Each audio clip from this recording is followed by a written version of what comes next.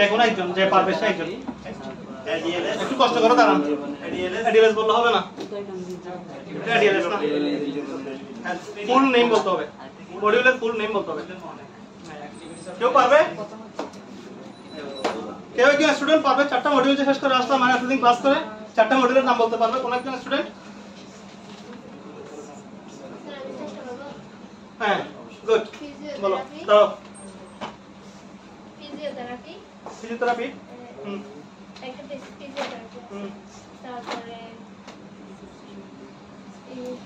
তারপরে মডিউলের নাম না জীবনযাপনের ক্রিয়াকলাপের এডিএলএস যেটা বলে এটা জীবনযাপনের ক্রিয়াকলাপের মডিউল এটা উনি বলছে যে এডিএলএস সংক্ষেপে বলছে এটা পুরোটা কি হবে activity of daily livings ADLS activity of daily livings তারপরে বেসিক না এটা বলছি বেসিক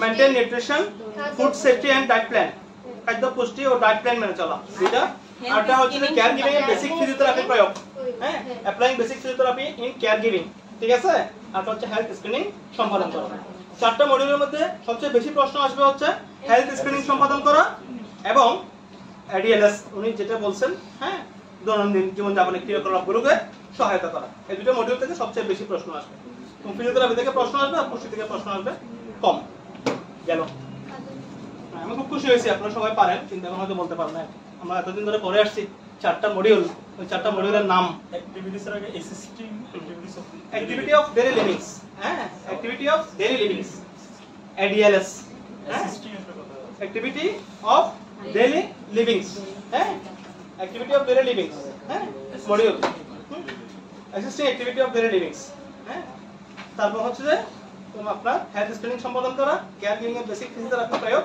হ্যাঁ applying basic physiotherapy of care giving এবং nutrition maintain nutrition food safety and diet plan এই চারটা মডিউল ঠিক আছে সুন্দর গেল অনেক করে ফেলছি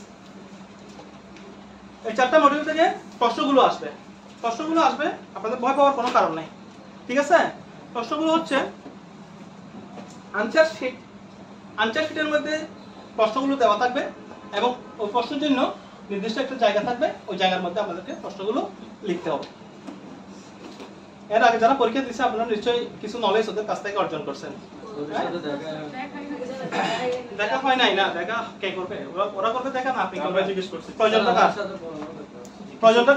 আমার প্রয়োজন আমি প্রয়োজন হলে রাত নির্ঘুম কেটে দেখা করবো আমি প্রয়োজন হলে 24 ঘন্টা রাস্তা 24 মাইল রাস্তা পার দিয়ে দেখা করবো আমি প্রয়োজন হলে সাঁতার কেটে গিয়ে দেখা করবো প্রয়োজন কার হ্যাঁ আমার আমি যেভাবে পারি ভাবে ওদের সাথে দেখা করতে হবে কেন আপনারা বাইরে হয়তো ওরা আসে ক্লাস করতে তাহলে কখনো জিজ্ঞেস করেন নাই যে আপনাদের পরীক্ষাটা কিরকম হয়েছে আপনারা কে জিজ্ঞেস করছিল বা হ্যাঁ জিজ্ঞাসা করলে আপনাদের মোটামুটি একটা ধারণা চলে আসছে না চলে আসছে জিজ্ঞাসা করলে তো একটা ধারণা চলে আসবে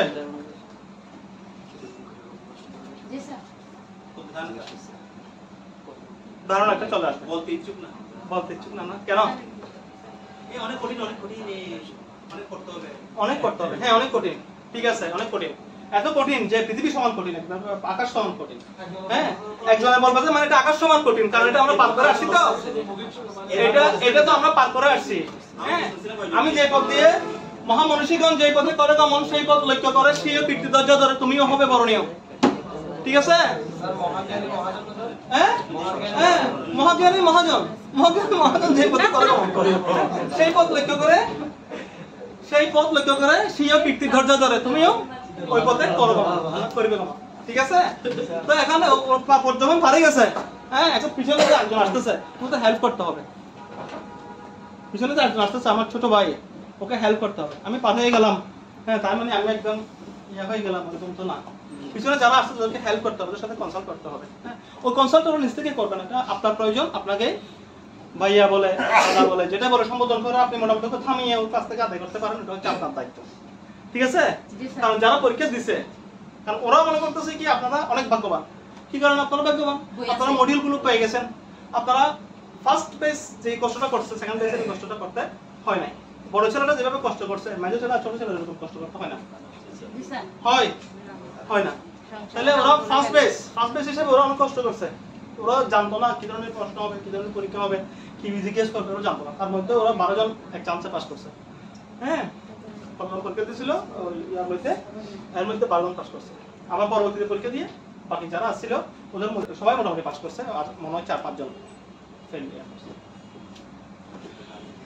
তো আপনাদের যে প্রশ্নটা হবে, আপনারা যেটা মনে করতেছেন যে অনেক কঠিন হবে, অনেক বিস্তারিত, অনেক ডিপলি, আসলে এরকম কোনো ডিপলি না। হ্যাঁ, এটা প্রশ্ন উত্তর সহ মানে উত্তর লেখার জন্য একটা জায়গা থাকবে, পরীক্ষার খাতাটা দেওয়া থাকবে, প্রশ্ন থাকবে, ওটার মধ্যে আপনারা উত্তর দিয়ে দিবেন।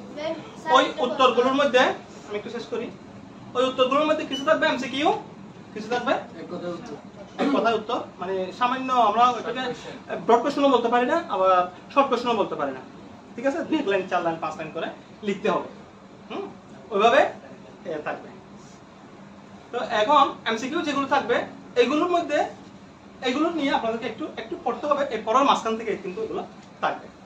যেমন আমরা যেরকম ডিপলি চিন্তা করতেছি অনেক কঠিন বা ক্রিটিক্যাল প্রশ্ন হবে, আমার মনে হয় না এরকম কোনো কঠিন বা ক্রিটিক্যাল কোনো প্রশ্ন হবে। সিম্পল জিনিসগুলো আপনাদেরকে মানে আপনাদের পরীক্ষায় আসবে, সিম্পল জিনিসগুলো আপনাদেরকে বলতে হবে। তো আমি গত পরীক্ষার মধ্যে যারা পরীক্ষা দিয়েছিল প্রশ্ন তো দেখার সুযোগ নাই, কারণ ওখানে এসএসআররা রুমের মধ্যে খাতাগুলো নিয়ে বাইন্ড করে ওরাই চলে যায়। এবার আপনার এখানে প্রশ্ন দেখার বা করার মতো সেরকম কোনো সুযোগ মানে থাকে না। ঠিক আছে, আর আমরা যারা ইন্টারনাল আমাদেরকে তো করতে দেয় না, ওরা এক্সটার্নাল যারা আসে বাইরে থেকে এসে বাড়ি থেকে ওরা নিয়ে যায়। হ্যাঁ, যাক, তো এখন কথা হচ্ছে যে এই যে প্রশ্নগুলো তাহলে কিরকম হবে। হ্যাঁ, আমরা কিছু নমুনা কালেকশন করছি এবং যারা প্রশ্ন পরীক্ষা দিছে, হ্যাঁ, গতবার মধ্যে যারা 30-40 জন যারা পরীক্ষা দিয়েছিল ওদের কাছ থেকে ওরা যেগুলো পারে নাই, আমি তো ওই সকাল 9টা থেকে রাত 9টা পর্যন্ত বসাছিলাম যেদিন পরীক্ষা হয়েছিল। হ্যাঁ, কারণ ফার্স্ট টাইম পরীক্ষা হচ্ছে, কি ধরনের পরীক্ষা হবে আমাদের স্টুডেন্টরা আতঙ্কের মধ্যে ছিল, মানে স্যার কি হবে না কি হবে, আপনি থাকেন আপনি যাবেন না। হ্যাঁ, মানে ওদের একটা ভরসা ছিল আর কি। ঠিক আছে, হ্যাঁ থাকেন। তো এবার তো আপনারা পেয়ে গেছেন, আশা করি থাকতে হবে না মনে হয়। মানে আপনারা তো মডিউল পাইছেন, সবকিছু পাইছেন, সমস্যা নেই। তারপর রিটেন এবং ভাইবা, এটা গতবারের মধ্যে এখানে ঘন্টা কোনো উল্লেখ নেই এরকম, এটা সারাদিন পরীক্ষা চলে, সকাল 9টা থেকে রাত 9টা, সকাল 9টা থেকে রাত 9টা, ওটা 2 ঘন্টা 2 ঘন্টা 2.5 ঘন্টা এই ধরনের। আমাদের সিনিয়র যারা ওরা বলছে যে সময় নাকি কম, মানে লিখি নাকি শেষ করা মানে অ্যানসার পুরো দিতে 2 ঘন্টা টাইম তো কম না, 3 বেস করে পরীক্ষা নেয়। 60 জন যদি স্টুডেন্ট হন আপনারা 20 জন করেন ভাই, যার কাছে যতক্ষণ, কেউ আধা ঘন্টা, আবার কাউকে 5 মিনিট। ভাইবার কোনো হিসাব নেই, ভাইবার মধ্যে দেখা যাচ্ছে যে কি ও ঢুকছে ভাইবা দেওয়ার জন্য, ও আসতেছে না, আর এক রুমে ঢুকছে, ও গিয়ে মাত্র চলে আসছে। এখানে তো বুথ হয় 4টা, ভাইবার বোর্ড হবে 4টা, একটা এখানে হবে, আরটা রুমে হবে, ওই রুমে একটা হবে, ভিতর রুমে একটা হবে, 4টা বা 3টা বোর্ড বসে। 4 জন আসে, 4 জন আসবে ওরা, কারণ 60 জনের ভাইবা নেওয়া তো। তো প্রশ্ন যেগুলো থাকবে এগুলো আপনারা যেগুলো পড়ছেন ওগুলোর মধ্যে এমসিকিউ আকারে প্রশ্ন থাকবে, এমসিকিউ আকারে। স্যার আমরা তো 3 দিন হবে বলছি, এবার 60 জন একসাথে হবে না, 20 জন 3 দিন আর কি, 20 জন করে আর কি, 20 জন 60 জন না, 60 জন একদিনে হবে না, 60 জন তো 3 দিন বা 2 দিনে হবে। বলছিল কি এখানে 10 জন ওখানে 10 জনের নেবে একদিন, এরকম ওই রিটেনটা 10 জন নিলে 20 জন। জি স্যার, আবার গুলো ভাইবা আছে তো, হ্যাঁ ভাইবা দিতে চারটা সকালে আসলে 9টার সময় আসলে 3টা বাজে যায়, 4টা আলাদা হবে, 4টা কি প্রশ্ন করলে আলাদা হবে, প্রশ্ন নাই তো। এটা রিটার্নের মধ্যে এসে বললাম না, কি বললাম এত তো, এখানে আপনি প্রশ্ন দেওয়ার কোনো সুযোগ নাই। ঠিক আছে, রিটার্ন পরীক্ষা হয়েছে এমসিকিউ এবং রিটার্ন দুটো একটা খাতার মধ্যে থাকবে, ওখানে আপনি পরীক্ষা দিয়েছেন, ওখানে খাতাটা নিয়ে চলে গেল, তাহলে আরেকজন জানতে পারবে কি আসছে না আসছে, ওটা পারবে না। ওটা পারবে হচ্ছে যে পরীক্ষা দিয়ে বের হয়েছে ওর কাছ থেকে আউট হলে।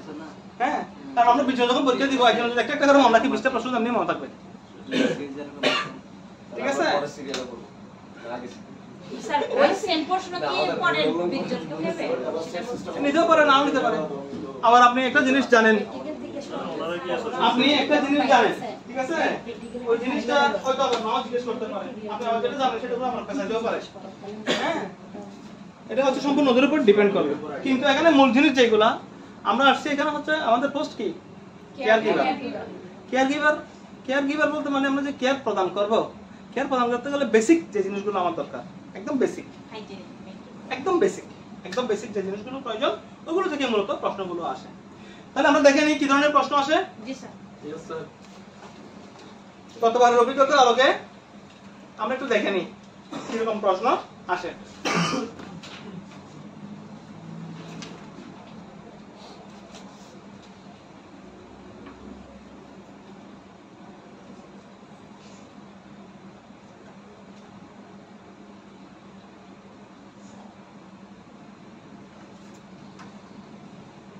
আচ্ছা, আমি এগুলো আলোচনা করে ফেলি ডাইরেক্ট। হ্যাঁ, মানে প্রশ্ন করে দিলে আবার করা যাবে না। গতবার যারা পরীক্ষা দিয়ে বের হয়েছিল, আমি বললাম আমি সকাল 9টা থেকে রাত 9টা পর্যন্ত ছিলাম। হ্যাঁ, প্রায় 12 ঘন্টা। তাহলে আমরা প্রত্যেকটা স্টুডেন্ট যারা পরীক্ষা দিয়ে বের হচ্ছে, প্রত্যেকটা স্টুডেন্টের সাথে তাদের আলাপ করছে।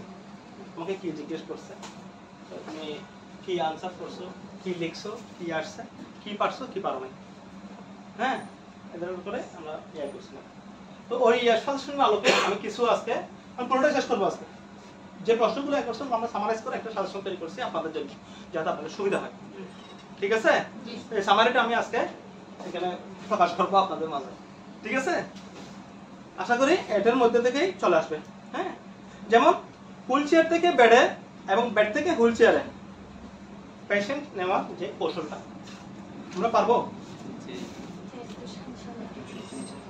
হুইল চেয়ার থেকে বেডের মধ্যে আমরা একটা পেশেন্ট কিভাবে স্থানান্তর করব, বেড থেকে কিভাবে হুইল চেয়ারে স্থানান্তর করব, পারবো? হ্যাঁ, পারবো। কারা কারা পারবো না হাত উঠাই, যারা পারবো না হাত উঠাই।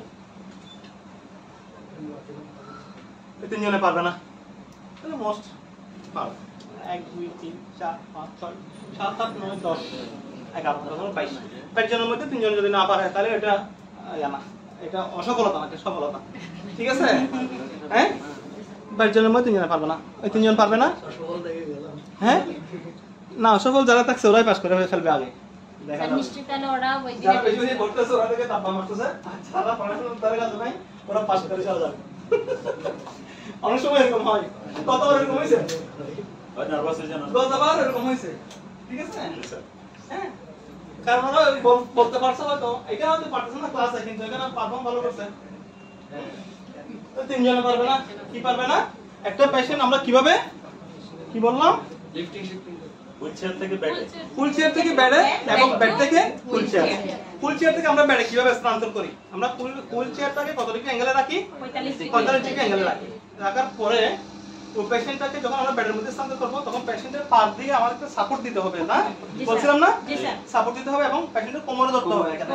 এখানে কোমরে ধরতে হবে, কেমন? জি স্যার। কোমরে একটা বেল্ট থাকবে। হ্যাঁ, কোমরে যদি বেল্ট থাকে, বেল্ট থাকলে ভালো, বেল্ট না থাকলে পেশেন্টের পার্সোনাল বেল্ট থাকলে পার্সোনাল বেল্ট কোমরে কিন্তু ধরতে হবে। কোমরে ধরে তারপর আমরা পেশেন্টকে আস্তে করে ঘুরাবো, ঘুরিয়ে বেডে রাখবো, রেখে তারপর আস্তে করে পজিশন চেঞ্জ করবো। এটা প্র্যাকটিক্যাল করেছিলাম না? জি স্যার। তোমরা কি আসেন নাকি? একদিন বুঝছেন। আচ্ছা, একটা হচ্ছে বেড থেকে হুইল চেয়ার থেকে বেডের মধ্যে, আবার বেড থেকে কিভাবে হুইল চেয়ার নাম, একই পজিশন। পেশেন্ট যদি পেশেন্টকে প্রথমে বসাতে হবে, বেড থেকে যখন হুইল চেয়ার নিব পেশেন্টকে প্রথমে বসাতে হবে, বসার পরে পা ঝুলিয়ে বসতে হবে। পা ঝুলিয়ে বসার পরে আস্তে আস্তে করে পেশেন্টকে আগে আমি ফ্লোরের মধ্যে দাঁড় করাবো। দাঁড় করানোর পর যে পজিশনে আমি হুইল চেয়ার থেকে বেডে উঠেছি ওই পজিশনে কোমরের মধ্যে একটা কোমর বন্ধনী আছে। ঠিক আছে, যদি থাকে তো ভালো, আর না হলে কোমরের মধ্যে আমাদের কোমরের মধ্যে যে শক্ত অবস্থা আছে, হ্যাঁ, মহিলা হলে মহিলারাই করবে, বন্ধনী লাগে, মহিলা হলে বন্ধনী লাগাবে, তখন লাগবে, বেল্ট লাগবে। যখন একটা পেশেন্ট চেয়ারে কাজ করে তখন কোমর বন্ধনীটা হুইল চেয়ার থেকে বেডে, বেড থেকে হুইল চেয়ার, ঠিক একই ভাবে নামিয়ে ওটা হুইল চেয়ারটা দূরে রাখবো। 1 2 3 বলে উঠাইতে হবে এর উপরে, 45 ডিগ্রি না না দূরে 1 2 3 বলে উঠাতে হবে। এটা হচ্ছে যে স্টেশন থেকে বেডে, এটা স্টেশন থেকে বেডে, স্টেশন থেকে যখন বেডে নিব তখন 1 2 3 বলবো, কারণ 1 2 3 বলার পিছনে কারণটা কি, শক্তি ক্রস করা, একই সাথে একই সাথে হ্যাঁ একই সাথে। এখানে আমরা গাছের গুড়ি দেখছি না, গাছের বড় বড় গাছের গুড়িগুলো যখন এক স্থান থেকে অন্য স্থানে সরানো হয় তখন আওয়াজ করে 20 30 40 50 জন শ্রমিক থাকে।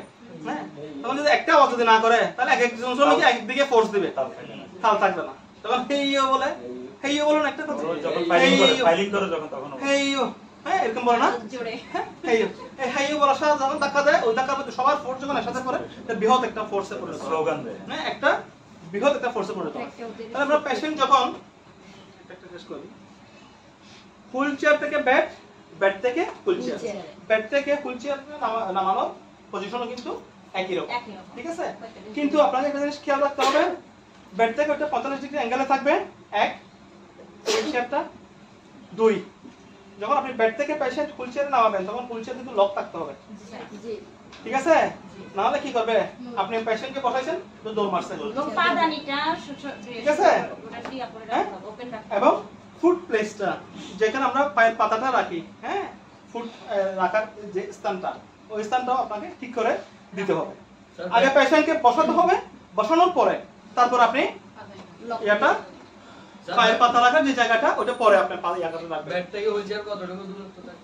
বেড থেকে হুইল চেয়ার দূরত্ব থেকে হচ্ছে যে কত বলছিলাম তিন পা না না 3 পা না তিন কদম কত কত ইয়া বলছিলাম কত ইঞ্চি থাকবে এক বেড থেকে হুইল চেয়ার দূরত্ব এটা 1 ফুটের বেশি হতে পারবে না 1 ফুট মানে 12 ইঞ্চি হ্যাঁ 1 ফুটের বেশি হতে পারবে না 12 ইঞ্চির কম। 12 ইঞ্চি 1 ফুটের বেশি হতে পারবে না আর কি 1 ফুট পর্যন্ত এলাও করা যাবে কারণ যদি এর চেয়ে বেশি হয় তাহলে পেশেন্ট নামতে কষ্ট হবে আর ওই জায়গাটা কেন রাখবেন ওই জায়গাটা হচ্ছে পেশেন্ট মুভমেন্ট করার জন্য পেশেন্ট যখন আপনি বেড থেকে যখন হুইল চেয়ারে নেবেন একটা মুভমেন্টের জন্য ওই স্থানটা প্রয়োজন ঠিক আছে ক্লিয়ার আর কোনো প্রশ্ন নাই নেক্সট ব্লাড সুগার পরিমাপ করার কৌশল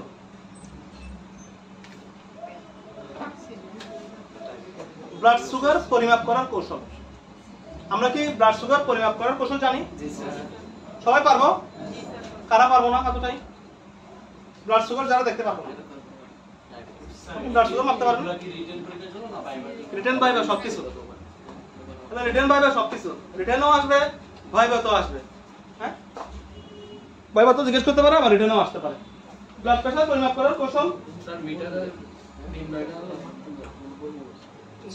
ব্লাড সুগার বলছি যেটা সুগার প্রেসার না সুগার ব্লাড সুগার নির্ণয় করা পরিমাপ করার কৌশল ব্লাড সুগার পরিমাপ করার কৌশলটা আমরা পারবো না জি স্যার পারবো জি এখানে একজন বলছে পারবে না এটাকে হ্যাঁ ও পারবে না তুমি কখনো মেশিনটা দেখছো গ্লুকোমিটার দেখছো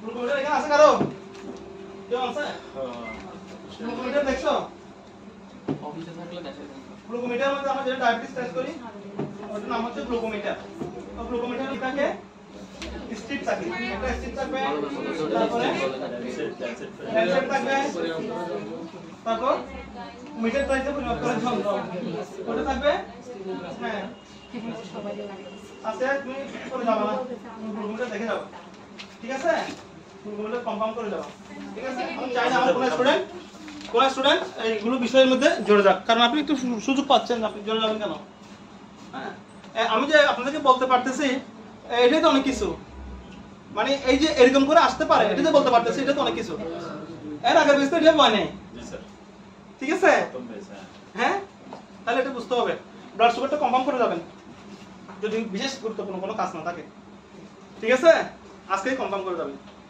গ্লুকোমিটার দেখবেন স্ট্রিপ দেখবেন তারপরে আপনি থাকে ল্যান্সেট দেখবেন কটন লাগবে একটা কিডনি ট্রে লাগবে ঠিক আছে অ্যালকোহল প্যাড লাগবে cotton alcohol pad cotton alcohol pad strip lancet pen হ্যাঁ তারপরে আর কি একটা কিডনি ট্রে বাস আর একটা রেকর্ড চার্ট পারলে ভালো রেকর্ড চার্ট হলে ভালো একটা পেন্সিল হ্যাঁ পেন্সিল বা কলম রেকর্ড চার্ট এই ব্লক ক্লাস করেন নাই কোনো ক্লাস মিস গেলে এগুলা যারা ক্লাস করছে ওদের কাছ থেকে জিজ্ঞেস করে নিতে হয় এখানে যে ওরা সবাই ক্লাস করতেছে এগুলো কিন্তু এমনি করতেছে না ঠিক আছে সবাই কিন্তু কষ্ট করে কেউ আগ্রাবাদ কেউ আরো দূরে থেকে এসে ক্লাস করতেছে কত ঘাম ঝরতেছে কত সময় যাচ্ছে কত টাকার অপচয় হচ্ছে কত ইম্পর্টেন্ট কাজ ফেলে আসতেছে এমনি কিন্তু কেউ আসতেছে না অনেক কষ্ট হচ্ছে ঠিক আছে তাহলে একটা ক্লাস যেহেতু আপনি করতে পারেন নাই তাহলে আপনি অনলাইনে চার্জ দিবেন আমাদের ক্লাসগুলো কিন্তু অনলাইনে থাকে হ্যাঁ অনলাইনে চার্জ দিবেন। অনলাইনে চার্জ দিলে না পাইলে এখানে আমাদের এই আছে না অ্যাসিস্ট্যান্ট সেলিম ভাই আমিন আছে, আমিনকে ফোন দিবেন।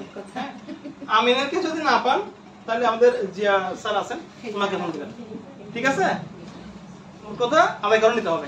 আমি না জানি করে বসে থাকলে কিন্তু কাজ হবে না। আপনাকে কেউ এসে মানে একদম ইয়ে করে দিবে না, হ্যাঁ এসে আপনাকে নিজে গায়ে পরে শিখিয়ে দিবে না। আপনাকে চার্জ করে বের করতে হবে আপনার কোথায় কোথায় লেকিং আছে, তাই না? খোদা না লাগলে তাহলে ব্লাড সুগারটা আপনি আজকেই জেনে নেবেন। আসেন গেল। তারপর হচ্ছে কি বিপি মাপার কৌশল, ব্লাড প্রেশার মাপার কৌশল। হ্যাঁ ব্লাড প্রেশার মাপার কৌশল। আমরা কি ব্লাড প্রেশার মাপার কৌশল জানি? ব্লাড প্রেশার মাপতে জানি? আচ্ছা, যেই যন্ত্রটা দিয়ে ব্লাড প্রেশার মাপা হয় ওই মিটারটার নাম কি? স্পিগমোমেনোমিটার। হ্যাঁ, আর নরমাল ব্লাড প্রেশার কত একজন অ্যাডাল্টের?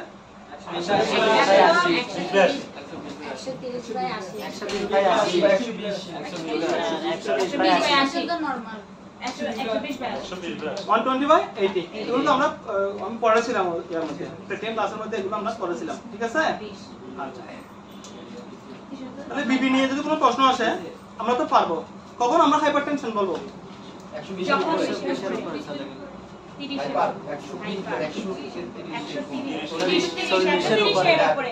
না একবার 20 বলবেন, একবার 30 বলবেন, একবার 40 বলবেন, তাহলে আপনি কি এবার শুধু বলতেই থাকবেন নাকি?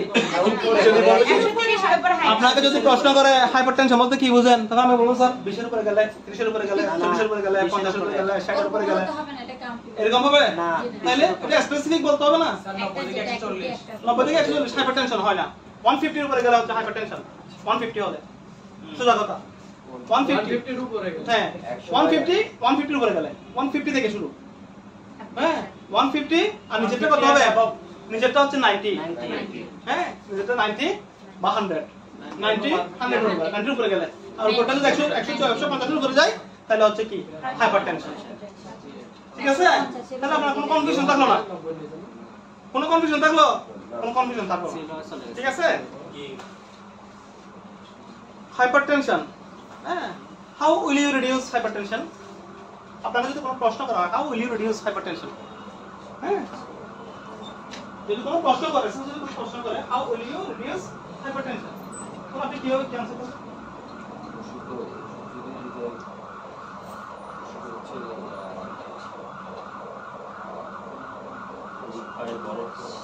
যদি বলে দেয় কি please tell me 5 causes of hypertension,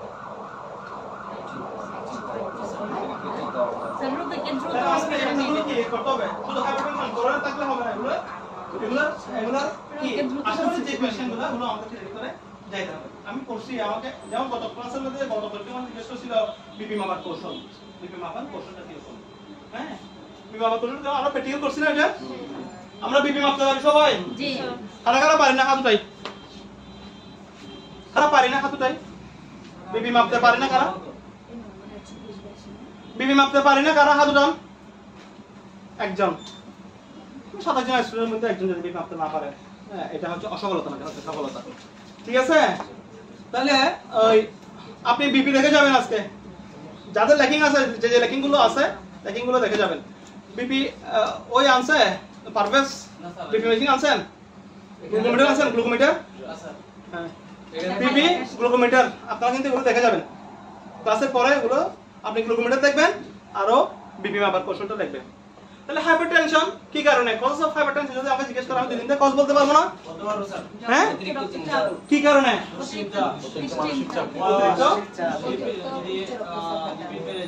হ্যাঁ lipid profile, lipid profile, cholesterol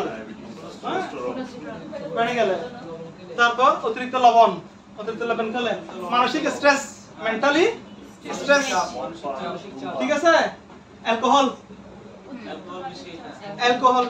হ্যাঁ অ্যালকোহল পানে, হ্যাঁ তারপরে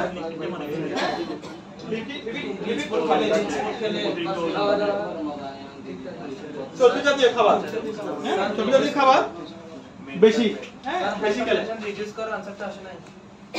হ্যাঁ রিডিউস তো যেগুলা করলে হয় এগুলা না না দুটো আলাদা আলাদা না একটা হচ্ছে যে আমরা এখন যেটা বলছি এটা কি বলছি কজেস বলছি Causes. কি কজেস Hypertension. হাইপারটেনশন কেন হয় কেন হয় কি কারণে হয় কেন হবে কি কি কারণে কজেস অফ হাইপারটেনশন হ্যাঁ এই কারণে হতে পারে তো এগুলো না করলে হাইপারটেনশন কমবে আর কি। এটাই তো বলছি স্যার আচ্ছা এটা না করলে এগুলো না করলে হাইপারটেনশন কমবে হ্যাঁ তাৎক্ষণিক সেল কমানোর জন্য তাহলে রোগীকে কি করব আমরা তখন বাইরে গেছে পুরো তাহলে রোগীকে মেডিসিন দিয়ে হসপিটালে নিয়ে অত ডিপে যাবে না বরফ না পায়ে দিতেছে অত ডিপে হাইপারটেনশন কথা চিন্তা করতেছি আমরা কজেস কথা চিন্তা করতেছি অত ডিপে যাবে না আপনাকে হাইপারটেনশন কাপ বানতে দিবে ঠিক আছে আপনাকে বিপি মেশিনের কাপটা বানতে দিছে হ্যাঁ আপনি আমরা হয়তো কেউ করতে না যাবে তার কিন্তু তারপর আমাদের জেনে রাখা দরকার ওই কারণে জেনে রাখা তো কোনো ভুল নাই আছে তারপরে এগুলো আমাদের জেনে রাখতে হবে জেনে রাখলে কি ভুল হবে না তাহলে হাইপারটেনশন রিডিউস করব আমরা কিভাবে এই যে আমরা হ্যাবিট চেঞ্জ অ্যালকোহল অ্যাভয়েড করব জি স্যার অ্যালকোহল ড্রিঙ্ক লবণাক্ত জিনিস অ্যাভয়েড করব মানসিক চাপ নিব না ফ্রেশ থাকবো ওগুলো আমাদের ইয়ার মধ্যে আছে ওই আইডিয়ালএস এর মধ্যে আছে আমি সকালে ঘুম থেকে উঠে তো ঘুমাতে হবে সকালে ঘুম থেকে উঠে রাত্রে ঘুমানোর আগে পর্যন্ত দৈনন্দিন জীবনযাপনের যে ক্রিয়াকলাপ বা কার্যকলাপগুলো করব ওগুলোর মধ্যে মানসিক কোনো চাপ রাখবো না এবং সবসময় উৎফুল্ল থাকবো হাসি খুশি থাকবো ঠিক আছে তাহলে আমাদের হাইপারটেনশন কমতে পারে আবার একটা কথা আছে যদি জেনেটিক্যালি হয় এটা কিন্তু অনেক সময় জেনেটিক্যালি বেড়ে যায় জি স্যার তাহলে কিন্তু আপনার কি করতে হবে Medicine. মেডিসিন ইউজ করতে হবে ঠিক আছে এই প্রেসক্রিপশনের ব্যবহার প্রেসক্রিপশন পরে ওষুধ প্রয়োগ করতে পারি কিনা জি স্যার কি বলছেন sir can you repeat it হ্যাঁ প্রেসক্রিপশনের ব্যবহার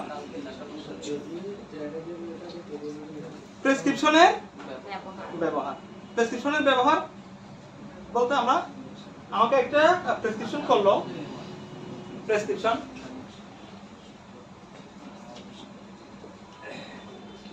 প্রেসক্রিপশন হ্যাঁ একটা প্রেসক্রিপশন আমি এটা পড়ে বুঝতেছি কিনা এই প্রেসক্রিপশনটা পড়ে আমি বুঝতেছি কিনা এবং যে মেডিসিনগুলো দিয়েছে যে টার্মগুলো ইউজ করছে ওই টার্মগুলো আমি জানতেছি কিনা আপনারা সবাইকে আমি একটা মেডিকেলের টার্ম দিছিলাম মানে প্রেসক্রিপশনের কিছু টার্ম দিছিলাম আপনারা পাইছেন জি স্যার অ্যাব্রিভিয়েশন অ্যাব্রিভিয়েশন ওগুলোর মধ্যে পান নাই কারা কারা যারা পান নাই বলে পান নাই কারা কারা এটা নিয়ে নেবেন যারা পান নাই আপনি নিয়ে নেবেন ওনাদের কাছে আছে অ্যাব্রিভিয়েশন গুলোর মধ্যে কি কি ছিল টিডিএস পিডি কিউআইডি এগুলো থেকে শুরু করে এভরিথিং যেগুলো আমার প্রেসক্রিপশনের মধ্যে প্রয়োজন প্রায় সবগুলো মিলে আমরা 100 এর উপরে above 100 অ্যাব্রিভিয়েশন দিয়েছি যেগুলো প্রেসক্রিপশনের মধ্যে আপনার ডক্টররা যেগুলো লিখে স্যার আমরা অনেকগুলো দিয়েছেন সংগ্রহ করা আছে ঠিক আছে তাহলে যারা পানাই ওরা নিয়ে নেবেন ঠিক আছে প্রেসক্রিপশনের ব্যবহার প্রেসক্রিপশন পরে ওষুধ প্রয়োগ করতে পারে কিনা প্রেসক্রিপশন পরে ওষুধ প্রয়োগ করতে পারে কিনা হ্যাঁ মানে আমি প্রেসক্রিপশনটা দেখলাম আমি প্রেসক্রিপশন দেখতেছি প্রেসক্রিপশনটা দেখে আমি কি ওষুধ ডাক্তার ওষুধ যেটা লিখছে ওই ওষুধটা পেশেন্টকে আমি খাওয়াতে পারতেছি কিনা ঠিক আছে আমরা সবাই পারি প্রেসক্রিপশন দেখে ওষুধ প্রয়োগ করতে পারবো জি স্যার হ্যাঁ জি স্যার প্র্যাকটিস করলে পারবো না কেন পারা বাংলাদেশের নিয়ম অনুযায়ী তো পারে না ডিএস লিখবে এটা কঠিন স্যার এটা সব প্র্যাকটিস করতে হবে প্র্যাকটিস করার এখন আমাদের সময় আছে আর কত না প্র্যাকটিস করা বলতে প্রেসক্রিপশন দেখে আপনার কাছে কিন্তু কয়টা আপনারা কিন্তু আজকে বাসায় গিয়ে যাদের প্রেসক্রিপশন আছে স্যার আরেকটা কথা আছে তো এখনকার যে প্রেসক্রিপশন ওগুলো তো সবাই বুঝবে ওখানে তো আপনার যেমন পিসি লেখা নাই এসি লেখা নাই ওগুলাতে আছে যে 1+1 বা 0 ওগুলা ওরা তো ওগুলা দেখাবে না আমি না, এখানে ওদেরকে প্রেসক্রিপশন বলতে ওঠে না। জিজ্ঞেস করব একটা প্রেসক্রিপশনের মধ্যে তারপরে এসি বিসি তারপরে রোগীর হ্যাঁ নাম ওগুলা দেখাবো মানে এসি হলে আগে এদিকে হচ্ছে ডক্টরের নাম থাকে না ডক্টর নাম হ্যাঁ তারপরে একটা প্যাটার্ন মধ্যে থাকে এদিকে হচ্ছে পেশেন্টের নাম ঠিক আছে এজ ঠিক আছে এখানে থাকবে কি অ্যাডভাইস ওই প্রেসক্রিপশন থেকে আরে এটা থাকবে ডেট এর মিল মেল পেমেন্ট মানে একটা প্রেসক্রিপশন এভাবে থাকে তো প্রেসক্রিপশন মানে এখানে কত অ্যাডভাইস মধ্যে মানে এটা হচ্ছে রুটের অ্যাডভাইসের মধ্যে যেমন মনে করেন RX আছে মানে রোগী কি ব্লাড ফর্টিস ইএসআর এটা হচ্ছে তোমার এগুলো ইনভেস্টিগেশন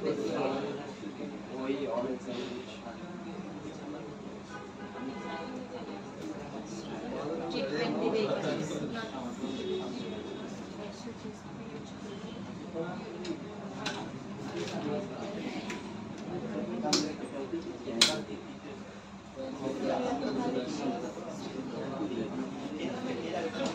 এই ধরনের কতগুলো কি থাকে টিসিডিসি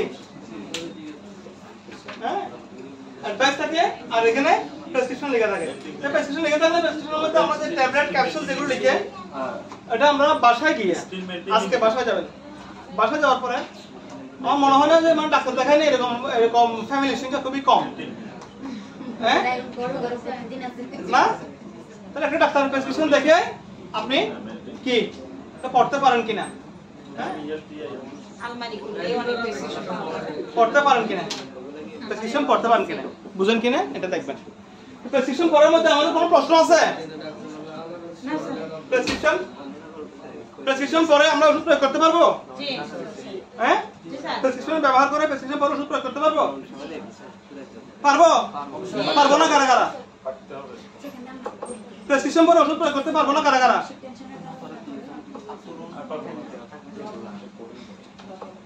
টাইপিং করা প্রেসক্রিপশন ঠিক আছে তাহলে এটা পারবো স্যার এখানে এক্স-রে চেস্ট তারপর পিএ মানে কি স্যার হ্যাঁ এক্স-রে চেস্ট হ্যাঁ এক্সারসাইজ পিএবিও পোস্টেরিয়র অ্যান্টেরিয়র এগুলো এক্স-রে করতে হবে তারপরে হলো blood Extra blood for TCDC, yes sir. Extra chest, PABO, urine, RME, stool RME. RME means it's routine examination. Routine examination, advice. Advice. Test করার জন্য তাহলে এইভাবে আপনি প্রেসক্রিপশনটা কি করবেন? প্রেসক্রিপশনটা শেষ করবেন, ঠিক আছে? আর হচ্ছে ভাইটাল সাইন। সব প্রোডাক্টের ভিতরে স্যার ভাইটাল সাইন আমরা পাবো না। ভাইটাল সাইন প্রধান হচ্ছে কয়টা? চারটা। কি কি? Sir pulse respiratory vital sign পাবো না এরকম কেউ আছে?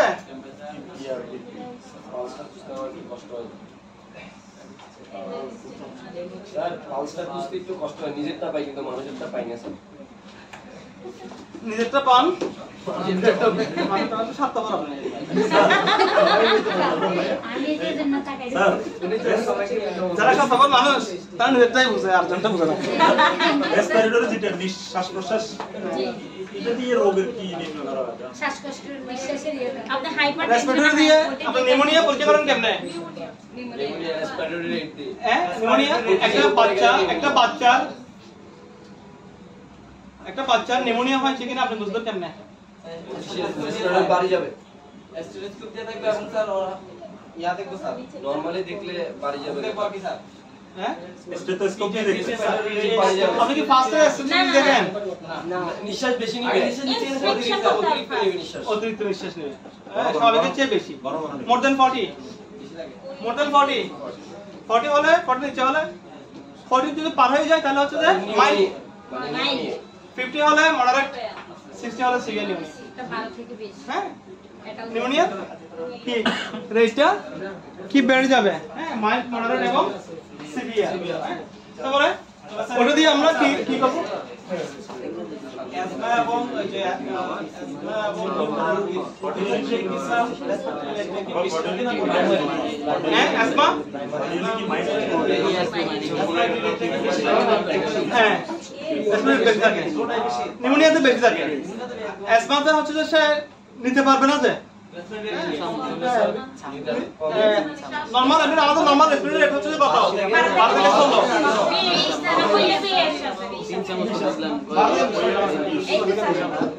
ঠিক আছে দেখছি আমি হ্যাঁ তো নরমালের চেয়ে যদি বেশি হয় হ্যাঁ অ্যাজমা পেশেন্ট শ্বাসকষ্ট হয় অ্যাজমা পেশেন্টে তাহলে নিতে পারবে না অ্যাজমা পেশেন্ট শ্বাস নিতে কষ্ট হয় যায় লাংস টাইট থাকে তাহলে আমরা কোনটা বলবো বইটা বলবো না 12 থেকে 20 16টা বলবো এখানে একটা শর্ট কোশ্চেনের মধ্যে আছে ওইটা শর্ট কোশ্চেনের মধ্যে দিছে স্যার 14 থেকে 18 16 থেকে মডিউল আছে 12 থেকে 20 বাচ্চাদের এমনি বেশি লাগে বাচ্চা না এটা বয়সের তারতম্য আছে বয়সে বাচ্চাদের বেশি লাগে স্যার এর আগে আপনি বুঝিয়েছিলেন যে ডিপ্রেশন এটা বইতে যেটা আছে ওটা দিবেন 12 থেকে 20 আছে 12 থেকে 20 টাকা 12 থেকে 20 দিবেন বই যেটা আছে স্যার আমরা কোনটাই না 18 পর্যন্ত মানে পড়া যাবে মানে কাছাকাছি হয়ে যাবে না স্যার এখানে আমরা হাইপারটেনশন বলতে আমরা বলছি কত 150/100 150/100 না এটা যদি 140/90 হয় যদি 150/100 না থেকে 140/90 হয় তাহলে সেটা কিন্তু কারেক্ট হবে সেটা কিন্তু কারেক্ট হবে আবার 140/90 থেকে যদি 150/100 থাকে সেই ক্ষেত্রে 150/100 এটা কারেক্ট হবে ঠিক আছে ডিফারেন্স থাকতে হবে প্রায় 60 হ্যাঁ এটা আপনাদের মাথায় রাখতে হবে কেমন কি বলেছেন আর একবার এই যে উচ্চ রক্তচাপ যখন রক্তচাপ 140/90 হয় তখন তাকে আমরা উচ্চ রক্তচাপ বলি ঠিক আছে 140/90 কিন্তু আপনাকে যখন এমসিকিউ প্রশ্ন করছে প্রশ্নের মধ্যে 140/90 দেয় নাই ওখানে দিছে 150/100 তখন ওইটাই তাহলে তখন ওটাই রাইট হবে স্যার নরমালি আগে কি মনে রাখতে হবে যে 130 উপরে যে অপশনগুলাই থাকবে তাহলে ইনসুলিন সিরিঞ্জ এই রাখেন আমি টপিকগুলো শেষ করে দিই আপনাকে জি স্যার ইনসুলিন সিরিঞ্জের ব্যবহার ইনসুলিন সিরিঞ্জ কিভাবে দেওয়া হয় ইনসুলিন সিরিঞ্জের ব্যবহার এবং ইনসুলিন কিভাবে দেওয়া হয় আমরা কি ইনসুলিন দিতে পারি আমরা সবাই ইনসুলিন প্রয়োগ করতে পারি ইনসুলিন আমরা কত ডিগ্রি অ্যাঙ্গেলে দিব আচ্ছা আমরা নিচে 45 ডিগ্রি 45 ডিগ্রিতে কম হ্যাঁ ধরনের ইনসুলিন মানে 45 ডিগ্রি আছে এটা 45 ডিগ্রিতে তো ব্লাড নিতে হয় স্যার ইনসুলিন দেওয়া যাবে না 90 ডিগ্রিতে না 45 ডিগ্রি ইনসুলিন সিরিঞ্জ কয় রকম আছে এগুলো আপনাদের জিজ্ঞেস করবেন না আপনারা জিজ্ঞেস করবেন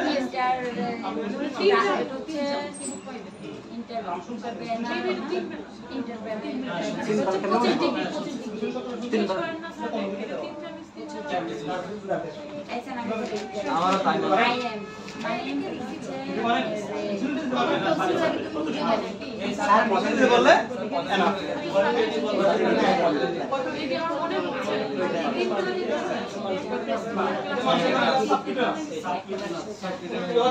আমি বলি না ওই ইনসুলিন তো সাবকিউটেনিয়াস দিয়ে দিবে তাহলে ইনসুলিন আমরা দিতে পারবো